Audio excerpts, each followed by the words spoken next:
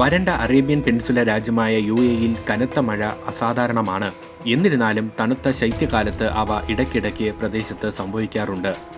എന്താണ് സംഭവിച്ചത്? എന്താണ് UAE-യിൽ ഇത്രയും കനത്ത മഴ പെയ്യാൻ കാരണമായത്? കാലാവസ്ഥ വ്യതിയാനം മാത്രമാണോ? നോക്കാം. 2024 ഏപ്രിൽ 15 രാത്രി രാജ്യത്ത് വീശിയടിച്ച ശക്തമായ കാറ്റിനും ഇടിമിന്നലിനും ശേഷം ഏറ്റവും ശക്തമായ മഴ യുണൈറ്റഡ് അറബ് എമിറേറ്റ്സിൽ രേഖപ്പെടുത്തി. വീടുകളും ബിസിനസ് സ്ഥാപനങ്ങളും കേടുപാടുകൾ വരുത്തി. ദുബായിൽ വിമാന ഗതാഗതം സ്തംഭിച്ചു. സർക്കാർ നടത്തുന്ന WAM വാർത്താ ഏജൻസി പറയുന്നതനുസരിച്ച് ഈ മഴ ചരിത്രപരമായ ഒരു കാലാവസ്ഥ സംഭവമായിരുന്നു. 1949 ഡേറ്റ ശേഖരണത്തിന് ശേഷം രേഖപ്പെടുത്തിയ ഏറ്റവും ശക്തമായ മഴയാണ് ഇത്. അറബ് രാഷ്ട്രങ്ങളിലെ കനത്ത മഴയ്ക്ക് കാരണമെന്ത്? അറേബ്യൻ ഉപദ്വീപിലൂടെ കടന്ന് ഒമാൻ ഉൾക്കടലിലൂടെ നീങ്ങുന്ന കൊടുങ്കാറ്റാണ് കനത്ത മഴയുടെ പ്രാഥമിക കാരണം. ക്ലൗഡ് സീഡിംഗ് ആവാം മറ്റൊരു കാരണമെന്നും പറയപ്പെടുന്നുണ്ട്. മേഘങ്ങളിൽ ഉപ്പ് മിശ്രിതങ്ങൾ തളിക്കുന്ന ഒരു പ്രക്രിയയാണിത്. അത് ഘനീഭവിക്കൽ അഥവാ കണ്ടൻസേഷൻ എളുപ്പമാക്കുകയും ഒടുവിൽ മഴ പെയ്യുന്നതിനും കാരണമാകുന്നു. മഴയ്ക്ക് മുമ്പ് 6-7 ക്ലൗഡ് സീഡിംഗ് വിമാനങ്ങൾ പറത്തിയതായി നാഷണൽ സെന്റർ ഫോർ മീറ്ററോളജിയിലെ കാലാവസ്ഥ നിരീക്ഷകർ പറയുന്നു. ഇനി മറ്റൊരു കാരണമായി പറയുന്നത് കാലാവസ്ഥ വ്യതിയാനമാണ്.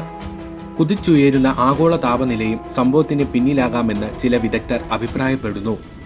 ഉയർന്ന താപനില കരയിൽ നിന്ന് മാത്രമല്ല, സമുദ്രങ്ങളിൽ നിന്നും മറ്റ് ജലാശയങ്ങളിൽ നിന്നും ജലത്തിന്റെ ബാഷ്പീകരണത്തിന് കാരണമാകുന്നു. അതായത് ചൂടുള്ള അന്തരീക്ഷം കൂടുതൽ ഈർപ്പം നിലനിർത്തുന്നു.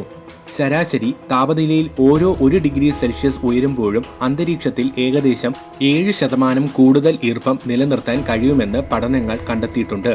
ഇത് കൊടുങ്കാറ്റുകളെ കൂടുതൽ അപകടകരമാക്കുന്നു.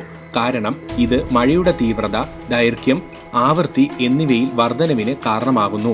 ഇത് അത്യന്തികമായ കടുത്ത വെള്ളപ്പൊക്കത്തിനും കാരണമാകാം. ഇന്ത്യയിലെ താർ മരുഭൂമിയിലും ഓസ്ട്രേലിയയിലെ മരുഭൂമി പ്രദേശങ്ങളിലും നടത്തിയ പഠനങ്ങൾ കാണിക്കുന്നത് കാലാവസ്ഥ വ്യതിയാനം ഈ പ്രദേശങ്ങളിൽ കൂടുതൽ മഴ പെയ്യാൻ ഇടയാക്കുന്നു എന്നതാണ്.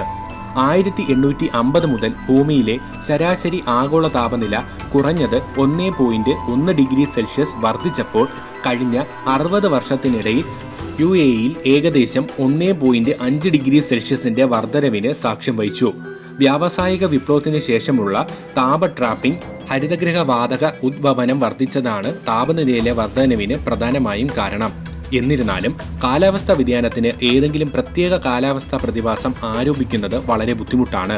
എൽനിനോ, ലാനിന പോലുള്ള പ്രകൃതിദത്ത കാലാവസ്ഥാ വ്യതിയാനത്തിന്റെ മാതൃകകൾ പോലുള്ള ഒന്നിലധികം ഘടകങ്ങൾ ഇത്തരം സംഭവങ്ങൾക്ക് കാരണമാകുന്നതിനാലാണ്